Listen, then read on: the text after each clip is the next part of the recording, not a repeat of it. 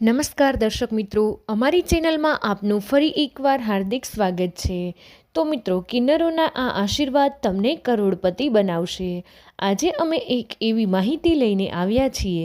શું તમે જાણો છો કે આ દુનિયામાં 10 રહસ્યમય આશીર્વાદ છે? જો કોઈ કિન્નર વ્યક્તિ દ્વારા ઉચ્ચારવામાં આવે તો તમારા માટે બ્રહ્માંડનો માર્ગ બદલી નાખે છે। પરંતુ કમનસીબે દરેકને આ આશીર્વાદ મળતા નથી, અને જેમને મળે છે તેમને ખ્યાલ પણ નથી હોતો કે તેમના ભાગ્યના દરવાજા ક્યારે અને કેવી રીતે ખુલ્યા। ઘણીવાર લોકો કહે છે, હા, તેણે તાળી પાડી, પૈસા માંગ્યા, તેણે આશીર્વાદ આપ્યા અને તે ચાલ્યા ગયા। પરંતુ કોઈ સમજી શકતું નથી કે કેટલાક આશીર્વાદ જ્યારે તે સમયે સરળ લાગતા હતા, તે તમારા ભાગ્યનું રિમોટ કંટ્રોલ છે। તમે વિચારી શકો છો, કિન્નર વ્યક્તિએ તાળી પાડી, તારું લાંબુ જીવન જીવો, દીકરા કરોડપતિ બનો, અને બસ। અરે ના, આ દરેક શેરીમાં થાય છે, પરંતુ દરેક વ્યક્તિ કરોડપતિ નથી બનતું। સત્ય એ છે કે કેટલાય આશીર્વાદ એવા છે જે ફક્ત ચોક્કસ સમયે, ચોક્કસ જગ્યાએ અને ચોક્કસ હેતુથી આપવામાં આવે છે। જ્યારે તે આપવામાં આવે છે ત્યારે ચમત્કારો કુદરતી રીતે થાય છે।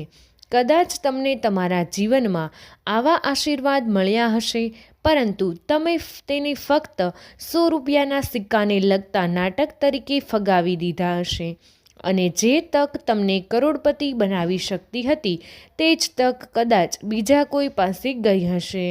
હવે પહેલા રહસ્યમય આશીર્વાદ વિશે વાત કરીએ તો મિત્રો, વિડીયોમાં આગળ વધતા પહેલાં અમારી ચેનલને હજુ સુધી સબસ્ક્રાઈબ ન કરી હોય તો ચેનલને જરૂરથી સબસ્ક્રાઈબ કરી દેજો, વિડીયોને લાઇક કરી દેજો અને તમારા બધા જ મિત્રો સાથે વિડીયોને શેર કરી વિડીયોને અંત સુધી ધ્યાનથી સાંભળજો।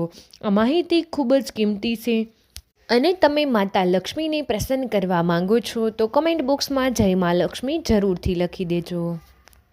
હવે આપણે વિડીયોમાં આગળ વધીએ તો નંબર 1 વિશે વાત કરીએ તો આશીર્વાદ જન્મદિવસે તાળી પાડવી છે। એવું કહેવાય છે કે જો કોઈ કિન્નર વ્યક્તિ તમારા જન્મદિવસ પર તમને આમંત્રણ વગર દેખાય, તાળી પાડે અને કંઈ પણ માંગ્યા વિના ફક્ત કહે, તમે લક્ષ્મી સાથે જન્મ્યા છો, તો સમજો કે તે કોઈ સામાન્ય કિન્નર વ્યક્તિ નથી, પરંતુ કોઈ અદૃશ્ય માર્ગદર્શન દ્વારા તમારી તરફ ખેંચાયેલો એક સાક્ષાત આત્મા છે।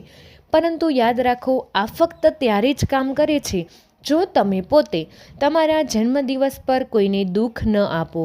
જો તમે તે દિવસે કોઈને દુઃખ પહોંચાડ્યું હોય, મદદ રોકી હોય અથવા ફક્ત તમારા વિશે જ વિચારી રહ્યા હોય, તો તાળી પાડવી તમારા માટે નહીં પણ તમારા કર્મને જાગૃત કરવા માટે હતી। હવે તમે વિચારી રહ્યા હશો, હું તમને આગામી જન્મદિવસે મળીશ, પરંતુ સાંભળો, આવા આશીર્વાદ વારંવાર આવતા નથી। જે કોઈ તમને ઓળખે છે તે ખરેખર કરોડપતિ બની જાય છે, કારણ કે આ આશીર્વાદ જન્મ સાથે સંકળાયેલા છે। જે દિવસે તે યોગ્ય વ્યક્તિને યોગ્ય સમયે મળે છે, તે દિવસે તમારી કુંડળીમાં સૌથી ધીમી ગતિ ધરાવતો ગ્રહ જાગે છે। નંબર 2 વિશે વાત કરીએ તો આશીર્વાદ એક શાંત નજર છે। તમે બજારમાં કોઈ કામ માટે બહાર છો અને અચાનક એક કિન્નર વ્યક્તિ તમને દૂરથી જોવે છે, સ્મિત કરે છે, નજર કરે છે, હકાર કરે છે અને આગળ વધે છે। હવે મોટાભાગના લોકો વિચારે છે, તમે તેને પૈસા કેમ ન આપ્યા? પરંતુ સત્ય એ છે કે તે નજર એક આશીર્વાદ હતી। આવા આશીર્વાદ આપનાર કિન્નર બોલતા નથી, તેઓ ફક્ત જુએ છે। તેમની આંખોમાંથી એક નજર તમારા ભાગ્ય પર અથડાય છે, તેના થકી જ થયેલા દરવાજા તોડી નાખે છે। બોલતો કિન્નર દરરોજ 100 આશીર્વાદ આપી શકે છે, પરંતુ જે વ્યક્તિ બોલ્યા વિના ફક્ત તમારી નજર સામે જુએ છે, તે તમારી ઉર્જા, તમારું ભવિષ્ય અને તમારા આત્માની તૈયારી જુએ છે। અને જો તે નજર પછી 3 દિવસ પછી તમારા જીવનમાં કોઈ નવી ઓફર, પૈસા અથવા તક આવે છે, તો સમજો કે તિજોરીનું તાળું ત્યાંથી ખુલ્યું હતું। હવે નંબર 3 વિશે વાત કરીએ તો આશીર્વાદ સૂકા સિક્કાની રેખા।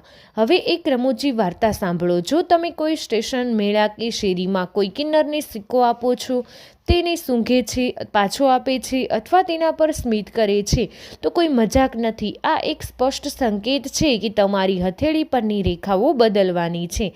કારણ કે કિન્નરો તેને સૂંઘીને જુએ છે કે તેમાં ભવિષ્યની સુગંધ છે કે નહીં. તેમના માટે તે સિક્કો એક સાધન છે, સંકેતોને ઓળખવાનો એક માર્ગ છે. જે લોકો હસે છે તેઓ આગામી 10 વર્ષ સુધી એ જ રહે છે, પરંતુ તે ક્ષણે તમે તમારા મનમાં જે કંઈ કહો છો, હે બ્રહ્માંડ, તમે જે કંઈ કહો છો અથવા દો છો, ત્યાંની સંપત્તિ, તક અને નસીબોનો રથ ચાલવા લાગે છે. જ્યારે સિક્કો જૂનો હોય ત્યારે આવો આશીર્વાદ સૌથી વધુ ફળદાયી હોય છે.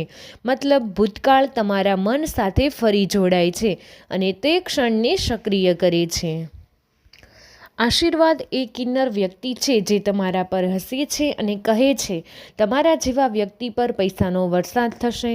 લોકો સામાન્ય રીતે તેને મજાક તરીકે હસે છે, કેટલાય તેને અવગણે છે, કેટલાય તેને મજાક તરીકે લે છે, પરંતુ વાસ્તવમાં આ તે દુર્લભ આશીર્વાદમાંનો એક છે જે ફક્ત એક લાયક આત્માને જ આપવામાં આવે છે.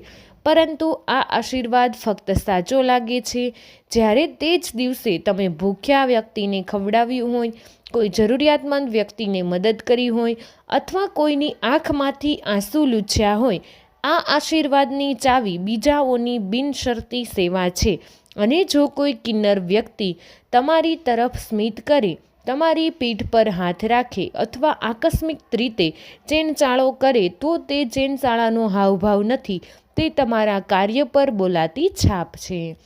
આ છાપ ત્યારે રહે છે જ્યારે તમે પૈસા માટે નહીં પણ સભાનપણે કામ કરી રહ્યા છો. આશીર્વાદ બહુ ઓછા લોકો જાણે છે.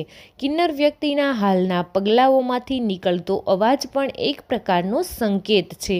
જ્યારે કોઈ કિન્નર વ્યક્તિ કોઈ ખૂણા પર અથવા કોઈ રસ્તા પર ઝૂલે છે, ગુંજરાવ કરે છે અને ગીતની એક પંક્તિ અચાનક તમારા સુધી પહોંચે છે, જેમ કે ચલો જી આજ તો ઝંખના મિલેગા, તે કોઈ સંયોગ નથી, તે સીધો સંદેશ છે કે તમને લાગશે તે દરેકને વાત કરે છે, પરંતુ વાસ્તવમાં તે શબ્દો ફક્ત તે લોકો સુધી પહોંચે છે જેઓ તે ક્ષણે ધ્યાનથી સ્થિતિમાં હોય છે, એટલે કે જેમનું મન શાંત છે અથવા જેઓ તે ક્ષણે કોઈ પ્રશ્નનો અનુભવ કરી રહ્યા છે.